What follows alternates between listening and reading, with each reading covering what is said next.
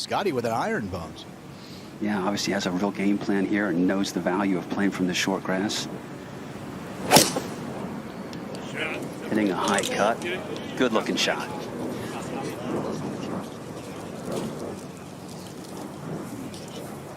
Yeah, position A.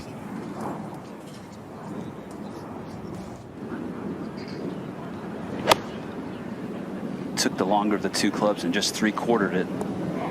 There you go. That's what we're used to seeing last week in that altitude. He didn't know where that golf ball was waiting on a shot like that. The nuances on these greens that are so new.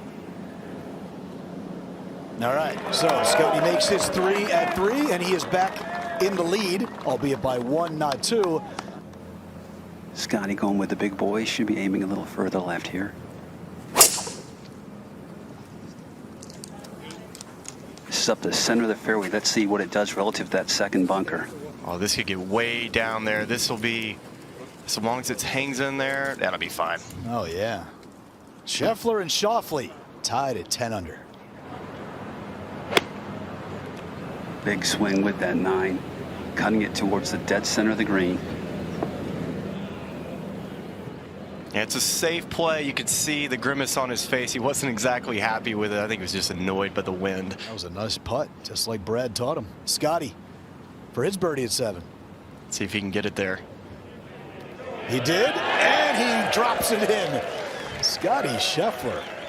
You never know when he's just going to bust out and go on one of these crazy stretches. 3 out of 4, 4 out of 5. Looks like he's aiming right down that bunker and just let it cut off of that bunker. And doing just that, cutting to the very center of the fairway, it appears. 5 yards right of that. Just looks like he's going to hit that shot every time. From 105 yards, just dead red Vinnie Johnson here. Instant offense he's hoping for. Micro wave. There you go. That's what you expect to see from Scheffler. Never a doubt. Scottie Scheffler, #1, started the day with a 2-shot lead. He's up 3. This starting up the left side but falling right should be in good shape. Yeah, that second bunker's 326 to it, but the fairway slopes the opposite way. Perfect. Coming off a birdie from just 132, he's got to be looking at this flag intently as well.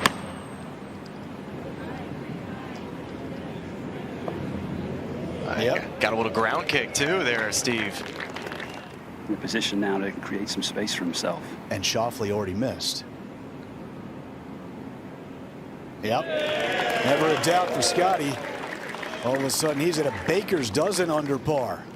Boy, it's a drive you want to kind of keep it down the left side if you can. Higher than average, 180. And he loves it. Oh, he should. Watch this thing run down the hill. You can't see the fairway at all. Cutting from the left center of the green. This is a good looking shot. We'll see an eagle putt if this is the right club. Oh, yeah. Hole high Scottie Scheffler again. You know, you had a lot to manage there. Downhill lie.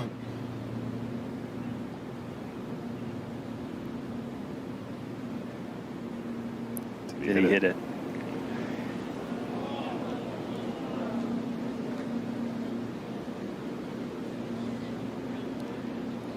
It's an easy 4. There'll be a little bit of disappointment there that he wasn't aggressive enough on that shot, but beautiful drive. Still to 14 under, and right now up by 5.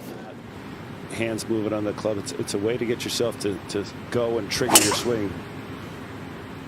Scottie taking driver down the left side. I think he really likes this one.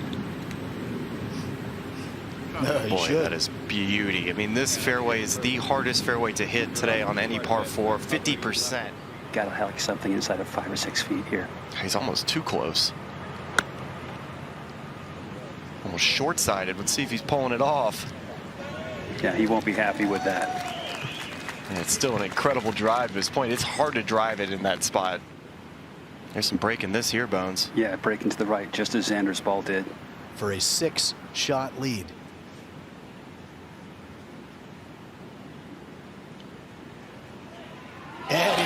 does cash it in. Scottie Scheffler, he's 5 under today, 4 under on the back 9 alone. I wonder if he'll try and take a draw here, Terry. Mashed potatoes! This is a shot up the left side. He's anxiously watching it.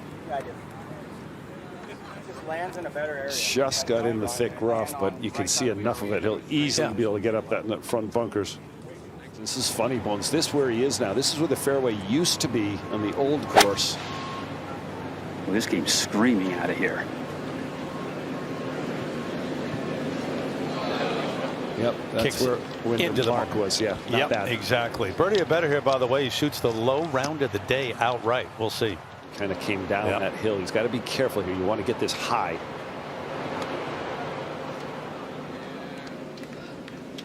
He actually managed to get a little spin on that ball. That's a really nicely played bunker shot from that awkward lie. He wants to make this so badly.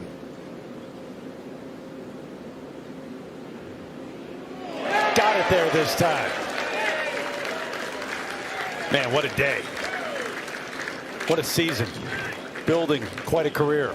6 under, low round, 16 under. Well, he put on a clinic like he always does off the tee.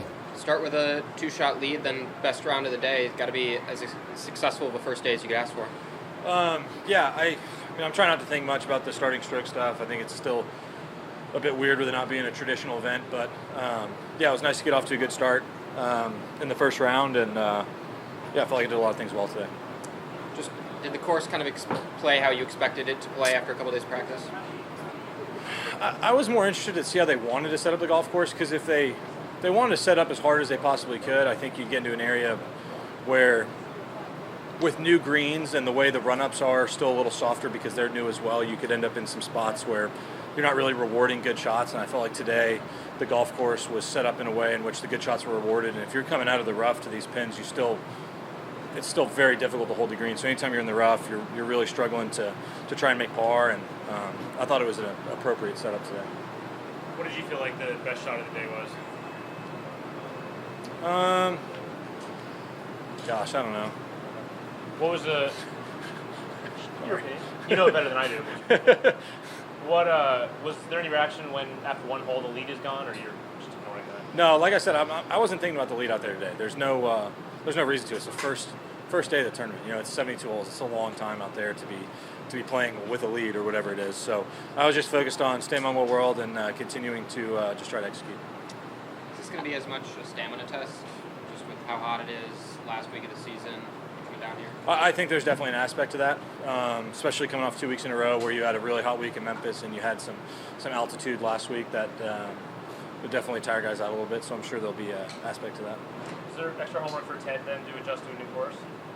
Was there extra homework? For him, yeah. Yeah, there was a lot of extra homework for Ted. Was there a place where it came in especially helpful? I mean, it's hard to really narrow in on one shot, but pretty much every shot, I think it's very important. Just his knowledge of the course, he put a lot of work in this week to get us both ready. Just because, like you said, I came off the last 2 weeks where you've had a hot week and then a week at elevation, so fatigue could be a factor. And so I did my best to get some rest in the prep week, and Ted did a good job of getting out there and doing all the work we need to on the course.